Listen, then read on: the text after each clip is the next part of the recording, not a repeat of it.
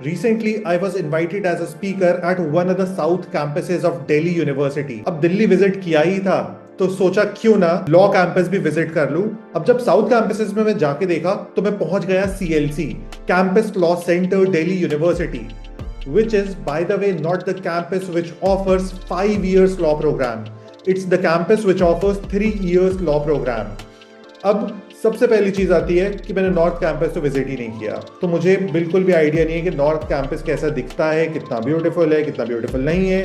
But the general perception is कि north campus के सारे कॉलेजेस, सारे फैकल्टीज बहुत ज्यादा अच्छे हैं, बहुत ज्यादा नीट एंड क्लीन है, न्यू कैंपसेस हैं, ब्यूटीफुल बिल्डिंग्स हैं। बाय द वे, मैं CLC and DU 5 years law पे बात करने वाला नहीं हूं, मैं तुम्हें क्लियरली बताने वाला हूं about the Kannada Bhavan campus that offers the 5 years programme. तो अब हम लोग सारी चीजों पे बात करने वाले हैं in multiple chapters of this video, जहां पे मैं तुम्हें सारी चीजें बता दूंगा in and out about Delhi University. So before going ahead, make sure to subscribe, क्योंकि सब्सक्राइब नहीं करोगे तो मजा ही नहीं आएगी, फिर तो मेरे पास जीवन में बहुत सारे काम है, मैं क्यों ही वीडियो बनाऊं तुम्हारे लिए। So DU started its 5 years programme in 2024। उन्होंने एक नोटिफिकेशन निकाला, बता दिया कि हम लोग अपना 5 years प्रोग्राम लॉन्च करना चाहते हैं फ्रॉम दिस ईयर ओनली। तो फर्स्ट एडमिशन जो हुए थे दैट वाज इन 2024। अब दो प्रोग्राम्स में इन्होंने एडमिशन लिया स्टार्टिंग में। The first one was BA LLB and second one was BBA LLB। दोनों प्रोग्राम्स में 60 सीट्स रखी गई, 60 for BA, 60 for BBA LLB। तो इस तरह से total seats in Delhi University are 120। अब इनका जो फर्स्ट बैच ग्रेजुएट होने वाला है that is going to be in 2029। तो as of today, as of 2026, जब मैं इस वीडियो को रिकॉर्ड कर रहा हूं तो हमारे पास कोई भी प्लेसमेंट का क्लियर कट रिकॉर्ड नहीं है। आप CLC की प्लेसमेंट से मिसलीड मत हो, जो कि मैंने क्लियरली बताया, it's a south campus of Delhi university. और हम लोग अब नॉर्थ कैंपस में बैठे हैं, इनमें बहुत ज्यादा अंतर नहीं आता है। नॉर्थ साउथ कैंपस में बहुत सारे लोग अपने दिमाग के अंदर अंतर बना के बैठे हुए हैं, लेकिन उससे कोई बहुत ज्यादा डिफरेंस नहीं आता है।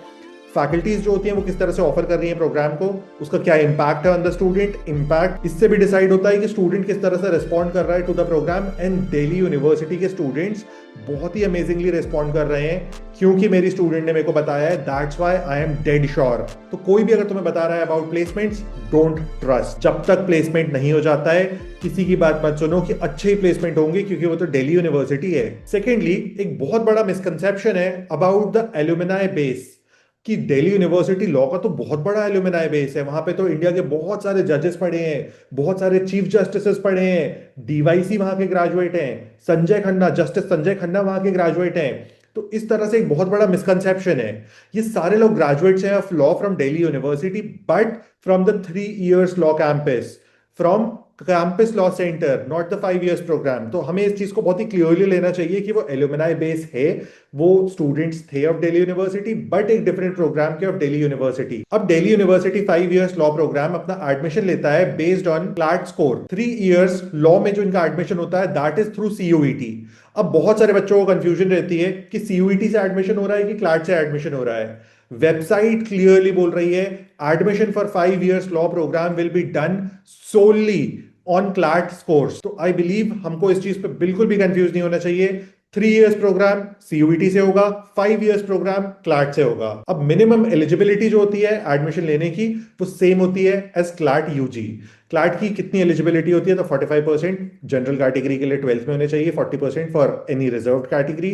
अगर इससे कम है तो आप एडमिशन नहीं ले सकते हो। सेम इनकी भी एलिजिबिलिटी है, अगर आपकी बैक आ जाती है इन योर 12th, अगेन आप एडमिशन नहीं ले सकते हो। दिल्ली यूनिवर्सिटी का 2024 का जो फर्स्ट बैच था which is going to graduate in 2029, इनकी फीस थी 1.97 lakhs per annum. It's just the tuition fees for the first batch. Next batch की थोड़ी सी ज्यादा फीस थी, और ग्रेजुअली हम लोग एक्सपेक्ट कर सकते हैं फीस बढ़ेगी। तो as of 2026 the average fees, the approximate fees is 2 lakh rupees, which excludes the hostel and mess facility. तो मेस एंड हॉस्टल नहीं मिलने वाला है। मेस एंड हॉस्टल का इंतजामात आपको खुद से करना होगा।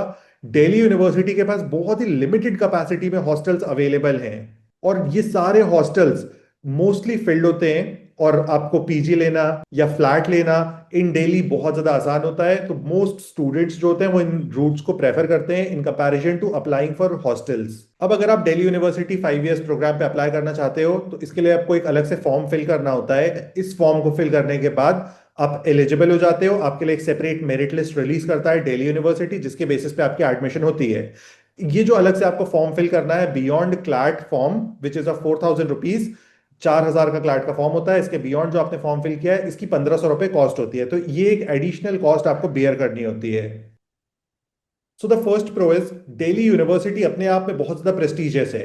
अगला प्रो है कि यहाँ पे आपको मल्टीपल ऑप्शंस मिल जाते हैं, which is BA in BBA. अगर एक बच्चा बीबीए करना चाहता है तो उसके लिए वो ऑप्शन ओपन है, which is not with the top national law universities. Third pro is कि फीस बहुत ज्यादा नहीं है। फीस जो है 2 लाख है। 2 लाख के ऊपर अगर आप दिल्ली में रहते हो साल भर, तो आपके 1.5 लाख रुपए और ऊपर से कॉस्ट आएगी, विच मीन्स हायर एंड पे 4 lakh rupees per annum is the charge, which is 20 lakhs for 5 years। लेकिन आपको इंटर्नशिप्स लेना, टॉप एडवोकेट्स ऑफ इंडिया के साथ काम करना, टॉप लॉ फर्म्स में इंटर्नशिप लेना, ये सारी चीजें बहुत ज्यादा आसान हो जाती है, because you have the location advantage. India में जितनी भी लीगल चीजें होती हैं वो सारी की सारी दिल्ली में होती हैं, और दिल्ली यूनिवर्सिटी इसका एक सेंटर बन जाता है अपने आप में। सेकेंडली, जितने भी कंपटीशन होते हैं उन सारे कंपटीशन का सेंटर भी दिल्ली यूनिवर्सिटी है। तो आपको कॉम्पिटिशन्स में भी बहुत ज्यादा एक्सपोजर मिलता है, जिससे आप ओवरऑल पर्सनालिटी बिल्डिंग एंड खुद की ग्रूमिंग कर सकते हो। एंड लास्टली, दिल्ली यूनिवर्सिटी है तो फैकल्टी की आपको बहुत ज्यादा चिंता करने की जरूरत नहीं है। फैकल्टी टॉप नॉच ही होती है, just like the national law universities. The first one is hostel shortage, कि हमें जो एक कॉलेज में हॉस्टल लाइफ मिलती है, वो एक हॉस्टल लाइफ की कमी है, क्योंकि हॉस्टल्स बहुत ज्यादा कम है इस यूनिवर्सिटी के पास। सेकेंडली, प्लेसमेंट्स के बारे में कुछ भी नहीं बोला जा सकता है, क्योंकि फर्स्ट बैच अभी तक ग्रेजुएट नहीं हुआ है। तो जब तक कोई बैच ग्रेजुएट नहीं हो जाता है, प्लेसमेंट्स पे कमेंट करना किसी के लिए भी सही नहीं होगा। Anticipation speculation doesn't work. Thirdly, बहुत ज्यादा इंटेंस कंपटीशन है फॉर दिस यूनिवर्सिटी। ये आपको last phase of the video में पता चलेगा, जब मैं आपको बताऊंगा इनके लास्ट कुछ ईयर्स के क्या रैंक कट ऑफ रहे हैं। Fourth point is very limited infrastructure. Delhi University के जितने भी कॉलेजेस हैं, उनके पास बहुत ही मैसिव इंफ्रास्ट्रक्चर नहीं है, जस्ट लाइक द एनएलयूज और द प्राइवेट कॉलेजेस। तो अगर मुझे चांस मिल रहा होता तो मैं तो डेफिनेटली प्रेफर करता DU over most of the colleges. और ये सिर्फ मैं नहीं करता हूँ, इस चीज को लास्ट कुछ ईयर्स में बहुत सारे बच्चों ने भी किया है। जब भी बात आती है प्लेसमेंट्स एंड क्वालिटी एजुकेशन की, तो मैं हमेशा बोलता हूं कि यार प्लेसमेंट्स को मत चुनो, क्वालिटी एजुकेशन को चुनो, क्योंकि क्वालिटी एजुकेशन तुम्हें प्लेसमेंट की तरफ लेके जाएगी, तुम्हें अपॉर्चुनिटीज की तरफ लेके जाएगी, तुम्हें एक्सपोजर की तरफ लेके जाएगी, जो ultimately in the longer run तुम्हें बहुत ही स्ट्रॉन्गर पर्सन बनाएंगे। और तुम अगर पैसे अर्न करने के लिए सिर्फ इस फील्ड में आ रहे हो, या अपना नाम बनाने आ रहे हो, फेम बनाने आ रहे हो, अपने फैमिली की लेगेसी को आगे बढ़ाने जा रहे हो, तो डेफिनेटली तुम्हें एकेडमिक्स को चूज करना चाहिए ओवर एनीथिंग एल्स। एंड इस यूनिवर्सिटी के पास ये एक मैसिव एडवांटेज है, क्योंकि दिल्ली यूनिवर्सिटी का कोई भी कैंपस हो, सारे के सारे कैंपसेस जो हैं वो अपने आप में बहुत ज्यादा अच्छे हैं और बहुत ज्यादा कॉम्पिटिटिव हैं। और ओवरऑल एक्सपोजर जो मिलता है यहाँ पे, वो भी बहुत ज्यादा डिफरेंट है in comparison to any other college. Just imagine कि एक कंपटीशन हो रहा है at IIT Delhi. IIT Delhi का कंपटीशन कोई भी दूसरे कॉलेज का बच्चा अटेंड नहीं कर पाएगा, बट एक डीयू का बच्चा अटेंड कर सकता है। वहां पे कोई डिबेट हो रही है, कोई एमयूएन हो रहा है, तो आप जाकर अटेंड कर सकते हो उस चीज को।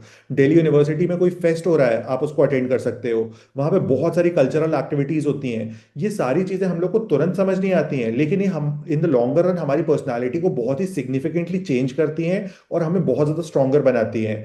और जो रियल वर्ल्ड कॉर्पोरेट या लिटिगेशन प्रैक्टिस होती है, आप उसके लिए भी रेडी होते जाते हो विद टाइम। सो प्लेसमेंट्स, मुझे नहीं लगता बहुत ज्यादा तुम्हें सोचना चाहिए आज इसके बारे में। Final stage of the video पे आते हैं, which is the rank cut off. Last 2 years में बहुत ज्यादा अच्छे रैंक के स्टूडेंट्स ने प्रेफर किया है दिल्ली यूनिवर्सिटी को ओवर मेनी एनएलयूज। यानी कि एक बच्चा जिसको बहुत सारे एनएलयूज के ऑप्शन मिल रहे हैं, वो फाइनली सेलेक्ट कर रहा है दिल्ली यूनिवर्सिटी को। हम लोग ने ये ट्रेंड देखा है। और तुम्हें शायद बिलीव नहीं होगा जब मैं बताऊंगा कि अगर तुम्हारी रैंक 2000 के ऊपर है, तो तुम्हें अप्लाई भी नहीं करना चाहिए from unreserved general category for this college. अगर तुम्हारी 2-2,500 के ऊपर रैंक है, तो तुम्हें मिलने की प्रोबेबिलिटी ना के बराबर है।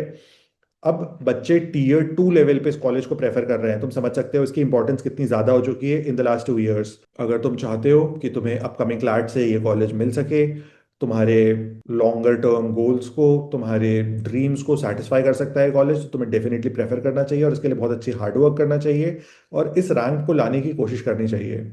क्योंकि ये एक सेफ जोन है इस कॉलेज के लिए, और मुझे लगता है इन द अपकमिंग ईयर्स ये और तेजी से ऊपर जाएगा।